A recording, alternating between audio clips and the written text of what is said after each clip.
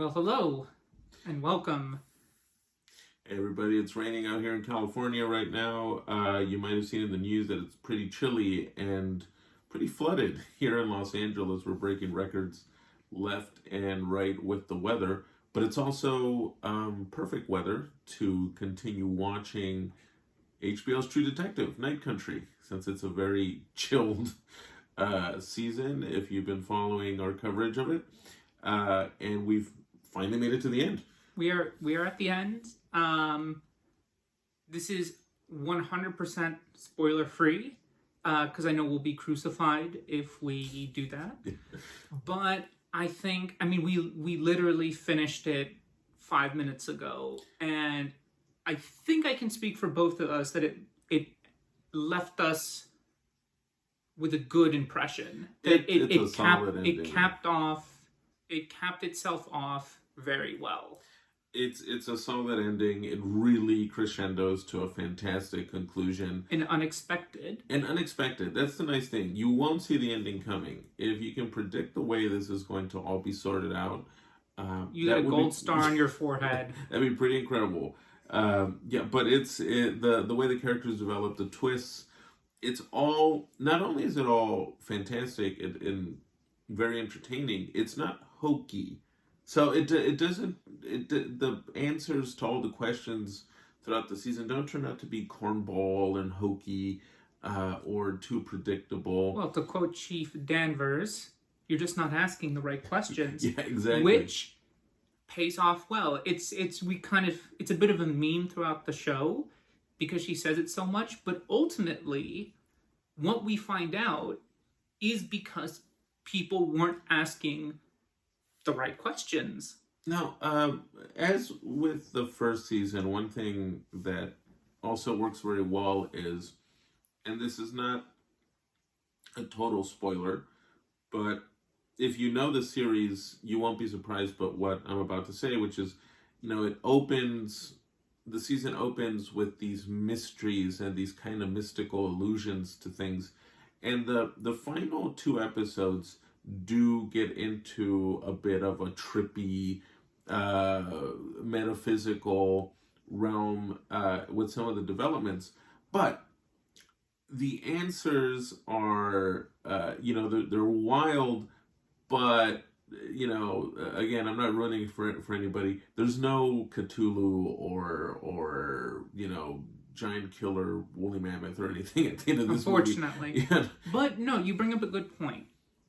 What I respected so much about the show is in the conclusion. So after we talk, just letting you guys know, we'll talk about the last two episodes individually, but this is a little bit of a general recap. There are tangible answers for what happens. However, there are still some unanswered questions, which leaves room for the idea that these metaphysical things may or may not happen. Metaphysical and spiritual. And that's one of the aspects I liked about the show. The way they handle that material, it's not to look down on anybody. It's not pointing at people who believe these things and saying, oh, you're an outlier, or it's just mental health. It does leave room and space to breathe and say that these things may be true based on people who genuinely believe in these things. Yeah, there's a nice fusion of faith in the literal sense of what it means, faith and culture, the local indigenous culture of the setting. But it does do a fantastic job of weaving that into the wider mysteries. Because there are some great twists that are just the stuff of great crime dramas in the last two episodes. Well, let's get into that specifically. Well, not specifically, because we'll do a bit of a heads up. We will do a do we recommend for the entire season, which will go into the spoilers and how the plot resolved. But let's start with episode 5 to get into ambiguous details, let's call it. In episode 5, you really start to see Danvers start getting close to answers as to what happened to the scientists, while at the same time dealing with her own world starting to kind of crash into itself. Her daughter gets arrested at a protest against the local mining operations, and then at the same time, these are just developments. They're not big spoilers, but Pete finally gets kicked out of the house by his wife, who can't deal with him always taking off for work. She just can't deal with the fact that he's basically beholden to his boss, Chief Danvers. Chief Danvers, played by Jodie Foster in such a great way. And also we see Navarro dealing with the suicide of her sister, and there's a wonderful scene where she disposes of the ashes into the frozen sea, and it all progresses towards the big answers. Because if you may remember, in the previous episode, they also find a witness to what happened at the lab, a heroin addict, and it really hit. So they start getting answers here, and then just as everything seems a bit clear cut, there's going to be a shocking death. And that's all I'm going to say about that. There's just going to be a shocking death. Let's leave it at that before we get doxxed or something. But what I like about the twists in the show is that you do see a trail leading up to the event that happens. And that goes for the whole show. And again, we'll cover that more in detail when we do a Do We Recommend on the whole season. But I like that the twist is set up and then it's executed in a shocking manner. And I think this is a good place to speak on when twists don't work. When a twist just happens and there's absolutely no setup, no illusion that a character may do something. It's just done because, well, that's the only way to save our sinking ship of a project. Yeah, well, you start also getting a great sense too, in this episode, of the actual nefarious nature of the local political operators, and how people that just seemed to be bit players or minor players in this whole drama actually had very nefarious connections to the murder of the indigenous activist, to the that's been haunting Navarro this whole time, to the disappearance of the scientist, and by the end of episode 5, what's nice is you do get some clear answers. Like, you're not just left hanging. You get some clear answers that then lead to bigger questions. That lead to even better and fantastic answers. Answers in episode 6. So let's just slide right into episode 6. Episode 6 is pretty epic. It's the longest episode, fittingly enough, in the season. It's like an hour and 12 minutes. And it feels like a just finale. Yes. It's really, it completes the circle very well. You're going to get answers to the strange circular icon that they keep finding etched in rock. You're going to get answers to what the heck was in that ice cave from the video that they found in the cell phone a couple of episodes back. We do find out what did happen to the scientist in pretty stunning detail. Which I would say our jaw was on the floor. Yeah, like you're not going to see it coming. And if you do, you're either lying or damn man, like you should work for a detective agency. Whatever your suspects list is right now, based on the past 5 episodes. Trust us, it's mute. It has nothing to do with how things turned out. But I'll put it this way, and it's not a one-to-one. I think I make these analogies because it's the best kind of, it's the line of best fit. But with this season, it reminded me a bit of season 1 and season 3 of Twin Peaks. What do I mean by that? And with Fire Walk With Me, in the sense that the show starts out as who killed this person, who killed Laura Palmer. But then what David Lynch does, and I conveniently left out season 2 because stuff happened there. Yeah. But the show is more of an exploration on how this town deals with the death and how that brings up unresolved problems. Yeah, how these crimes bring up to the surface deeper issues going on in a particular community.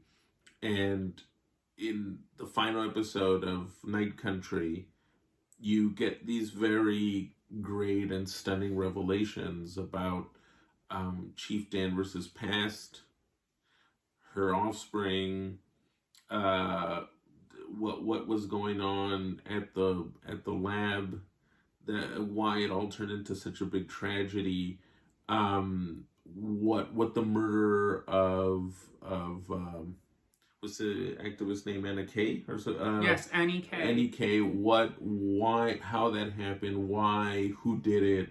And what's nice is it taps into the very real headlines we see today, both in terms of climate activism, both in terms of, I don't know, businesses, let's say, fudging results for profit, and activism from indigenous communities. And to what extent researchers, or to what extent some people will go just to achieve a particular corporate or even scientific goal, like how far people are willing to go to protect their interests.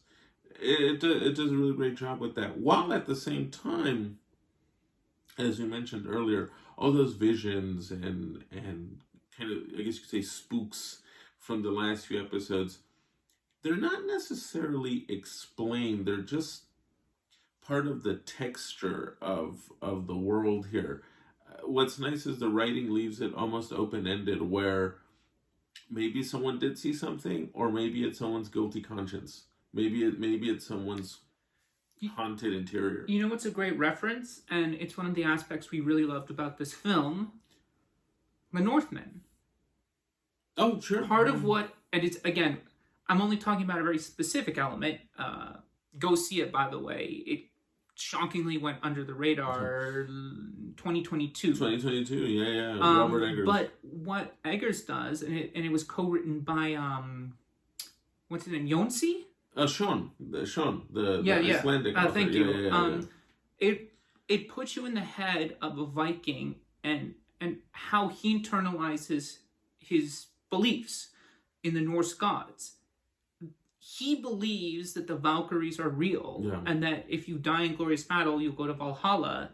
And what Eggers does as a great visual stylist is we as the audience get a sense of what that feels like through the imagery. Yeah. And I'm not saying that Night Country is the same. It's not.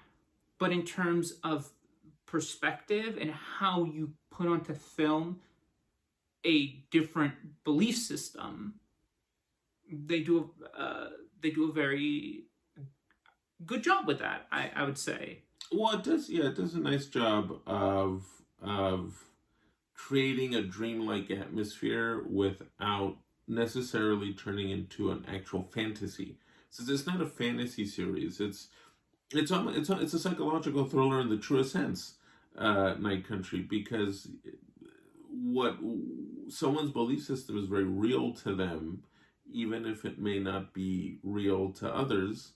But,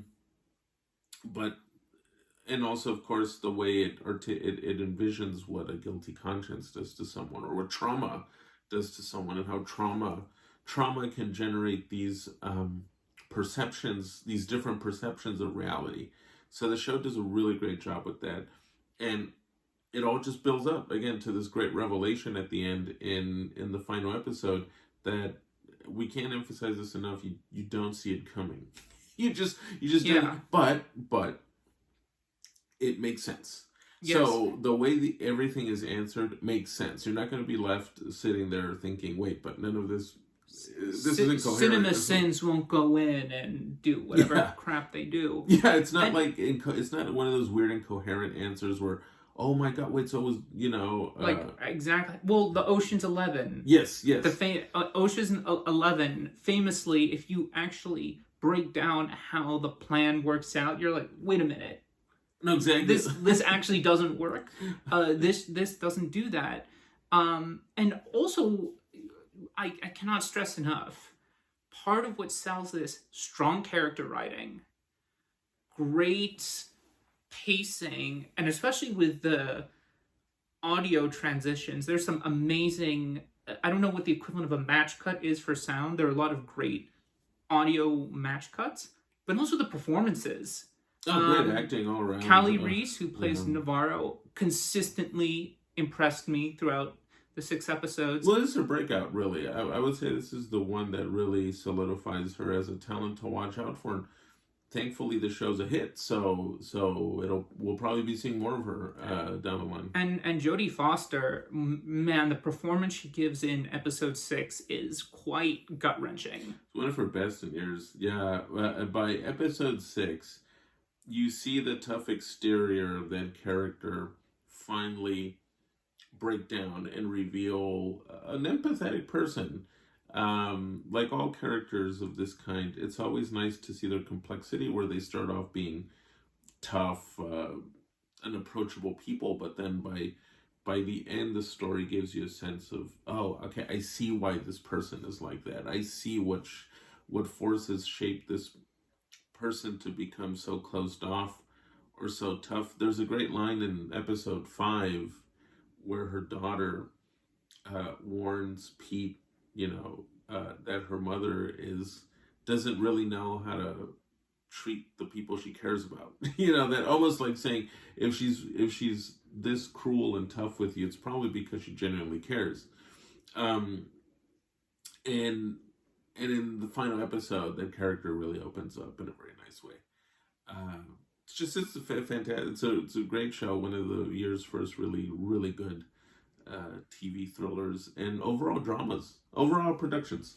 Yeah. And one thing I'll say, which we'll get into more when we do our podcast episode on it, what we find out or what the show becomes, how it inverts the police procedural, like the complete inversion of a cop show and the goals of cops by the last 3 or 4 episodes. No, really last 3, but it becomes the complete inversion of that. What do we mean by that? Well, if we said anything more, it would spoil the show. But keep that in mind when you watch it. Yes. It's fascinating. Once again, just excellent writing. It's a very literary show in the best way. It proves that you can still do sharp procedurals of this kind without dumbing it down. True Detective, Night Country.